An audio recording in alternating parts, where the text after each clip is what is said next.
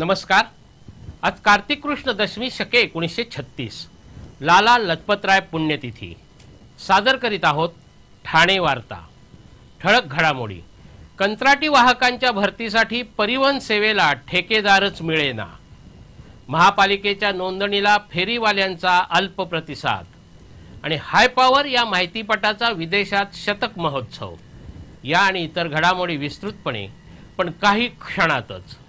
ठाणे वार्ता पहा श्रीस्थानक वाहिनीवर। आता सकाळी 9:15 पासून रात्री 9:15 पर्यंत ठाणे वार्ता, ठाण्यातील पहिलं दृकश्राव्य माध्यम।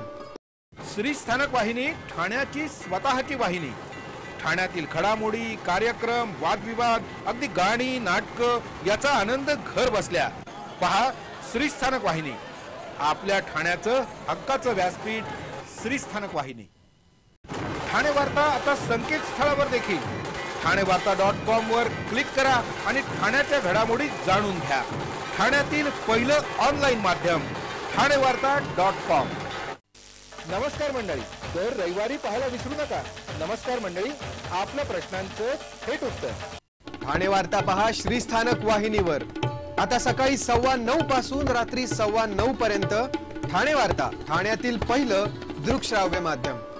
ठाण्यातील फेरीवाल्यांच्या नोंदणीला फेरीवाल्यांकडून अल्प प्रतिसाद मिळाला आहे। ठाण्यामध्ये 20,000हून अधिक फेरीवाले असावेत, मात्र यापैकी फक्त 7,000 फेरीवाल्यांनी आपली नोंदणी केली आहे। राष्ट्रीय फेरीवाला धोरणानुसार फेरीवाला क्षेत्र आणि ना फेरीवाला क्षेत्र प्रत्येक महापालिकेला निश्चित करावं लागणार आहे। फेरीवाला क्षेत्रामध्ये फेरीवाल्यांना व्यवसाय करण्यासाठी जागा निश्चित करून द्याव्या लागणार असून त्यासाठी सर्वेक्षण आवश्यक आहे। जून महिन्यापासून पालिकेने फेरीवाल्यांसाठी नोंदणी मोहीम सुरू केली। या फेरीवाल्यांना बायोमेट्रिक ओळखपत्र दिलं जाणार असून या नोंदणीची मुदत 3 वेळा वाढवूनही फेरीवाल्यांचा प्रतिसाद अल्प आहे। त्यामुळे ज्या फेरीवाल्यांनी अद्याप नोंदणी केली नाही अशा फेरीवाल्यांच्या विरोधात महापालिका आता कारवाईचा बडगा उचलणार आहे। तारापूर अणुप्रकल्पाचे परिणाम आणि या प्रकल्पामुळे विस्थापित झालेल्या शेकडो मच्छीमार कुटुंबियांच्या सद्यस्थितीवर प्रकाश टाकणाऱ्या हाय पॉवर या माहितीपटाचा परदेशातील शतक महोत्सवी प्रयोग 20 नोव्हेंबर रोजी फ्रान्स इथे फुजे शहरात होणार आहे। प्रदीप इंदुलकर दिग्दर्शित या माहितीपटाला गेल्या वर्षी ब्राझील येथील रिओ दी जानेरो शहरात झालेल्या युरेनियम फिल्म फेस्टिवलमध्ये लघुपट विभागात येलो ऑस्कर पुरस्कार मिळाला होता। या माहितीपटाचे जर्मनी, फ्रान्स, अमेरिका आणि जपानमध्ये अनेक ठिकाणी प्रदर्शन झालं। जर्मनी आणि फ्रान्समध्ये तर 30 शहरात आणि अमेरिकेतील 25 शहरात ह्या माहितीपटाचं प्रदर्शन आणि त्यावर चर्चासत्र असे कार्यक्रम झाले होते। ऑगस्ट महिन्यात जपानमध्ये अनेक ठिकाणी तर फुकुशिमा इथे हा माहितीपट 2दा दाखवण्यात आला। आता पुन्हा एकदा जर्मनी आणि फ्रान्समध्ये ह्या माहितीपटाचे 20 ठिकाणी प्रदर्शन होणार आहे। येत्या 20 तारखेला फ्रान्समधील फुजे शहरात या माहितीपटाचा विदेशातील 100वा प्रयोग होत आहे। या माहितीपटाच्या प्रदर्शनातून आणि त्यानंतर होणाऱ्या चर्चासत्रामुळे प्रकल्पग्रस्तांच्या व्यथांबरोबरच जैतापूर अणुप्रकल्प विरोधाची ओळख या देशांमध्ये झाली आहे। मुंबईच्या सीमेवर असलेल्या आणि बंद पडलेल्या मॉडेला मिलच्या जागेवर ठाणे महापालिका प्रशासनाला कर्करोग रुग्णालय उभारायचं असताना शिवसेनेने मात्र तिथे नाट्यगृह उभारण्याचा हट्ट धरला आहे। गिरणी कामगारांच्या संपामुळे लाल बहादूर शास्त्री मार्गावर असलेल्या मुलुंड चेक नाक्याजवळील अगदी मोक्याच्या जागी असलेल्या मॉडेला मिललाही टाळं लागलं होतं। ठाणे महापालिकेने या मिलच्या जागेवर 800 वाहनं उभी करण्यासाठी वाहनतळाचं आरक्षण टाकलं होतं। पालिकेचे तत्कालीन आयुक्त टी चंद्रशेखर यांनी हे आरक्षण विकसित करण्याचा प्रयत्न केला होता। दरम्यान या जागेचा विकास निर्मल लाईफस्टाईलने हाती घेतल्यानंतर आरे राजीव यांनी विकासकाकडून वाहनतळ बांधून घेण्याचा प्रयत्न केला होता, मात्र त्यालाही खो घालण्याचा प्रयत्न केला गेला। आता पुन्हा पालिका प्रशासनाने या आरक्षणापैकी 50% जागेत वाहनतळ आणि उर्वरित जागेत कर्करोग रुग्णालय बांधण्याचा प्रयत्न चालवला आहे। आरक्षणामध्ये फेरबदल करण्याचा प्रस्ताव सर्वसाधारण सभेपुढे मांडला जाणार आहे। याच आरक्षणाच्या जागेवर कोपरी पाचपाखाडीचे आमदार एकनाथ शिंदे यांनी नाट्यगृहाची मागणी केली आहे, पण प्रशासनाने रुग्णालयासाठीच्या आरक्षणाच्या फेरबदलासंदर्भातील प्रस्ताव पुढे आणला आहे। त्यामुळे सर्वसाधारण सभेत याबाबत काय निर्णय होतो याकडे सर्वांचं लक्ष लागून राहिलेलं आहे। फ्रान्समध्ये होणाऱ्या आंतरराष्ट्रीय ऑलिम्पिक स्पर्धेसाठी कर्णबधीर धनंजय शेलारची निवड झाली आहे। भिवंडीतील नाकोडा कर्णबधीर विद्यालयात धनंजय शेलार शिकत आहे। चंदीगड इथे झालेल्या राष्ट्रीय स्पर्धेत छायाचित्रणात त्यांनी सुवर्ण पदक मिळवलं होतं। याच विद्यालयाच्या इतर दोघांनीही राष्ट्रीय स्पर्धेत रौप्य पदकावर आपलं नाव कोरलं होतं। बास्केट मेकिंगमध्ये अनुराग आसने तर ब्लॉक प्रिंटिंगमध्ये विनायक कांबळे यांनी बाजी मारल्याने जिल्हा परिषद प्रशासनातर्फे या दोघांचा गौरव करण्यात आला। श्री नानासाहेब धर्माधिकारी प्रतिष्ठानातर्फे स्वच्छ भारत अभियान काल राबवण्यात आलं। या अभियानाची ठाण्यातील सुरुवात वागळे इस्टेट परिसरातून करण्यात आली। खासदार श्रीकांत शिंदे आणि महापौर संजय मोरे यांच्या हस्ते या अभियानाची सुरुवात करण्यात आली। या स्वच्छता अभियानातील 5282 सदस्यांनी 182 किलोमीटर परिसर स्वच्छ करत 69 टन कचरा जमा केला। हे स्वच्छता अभियान प्रेरणादायी असून सर्व ठाणेकरांनी आपला परिसर स्वच्छ ठेवण्यावर भर दिला पाहिजे अशी अपेक्षा कल्याणचे खासदार डॉक्टर श्रीकांत शिंदे यांनी व्यक्त केली। ठाणे वार्ता पहा श्रीस्थानक वाहिनीवर। आता सकाळी 9:15 पासून रात्री 9:15 पर्यंत ठाणे वार्ता, ठाण्यातील पहिलं दृकश्राव्य माध्यम। आपला परिसर स्वच्छ आणि सुंदर ठेवण्यासाठी ठाणे महापालिकेत सहकार्य करा। ओला सुका कचरा वेगवेगळा जमा करा आणि रोगराईपासून मुक्तता मिळवा। ठाणे वार्ता आता संकेतस्थळावर देखील ठाणेवार्ता.com वर क्लिक करा आणि ठाण्याच्या घडामोडी जाणून घ्या। ठाण्यातील पहिलं ऑनलाईन माध्यम ठाणेवार्ता.com। डॉक्टर आणि रुग्णांचं पिढ्यानपिढ्यांचं जिव्हाळ्याचं नातं म्हणजेच डॉक्टर बेडेकर हॉस्पिटल। आता अत्याधुनिक सोयी सुविधा आणि तंत्रज्ञान युक्त वंध्यत्व निवारण केंद्रात IVF आणि टेस्ट ट्यूब बेबीची ही सुविधा। Doctor Bedekar hospital, Maharshi Karvepath, Thane. 65 वर्षांची निरंतर सेवा।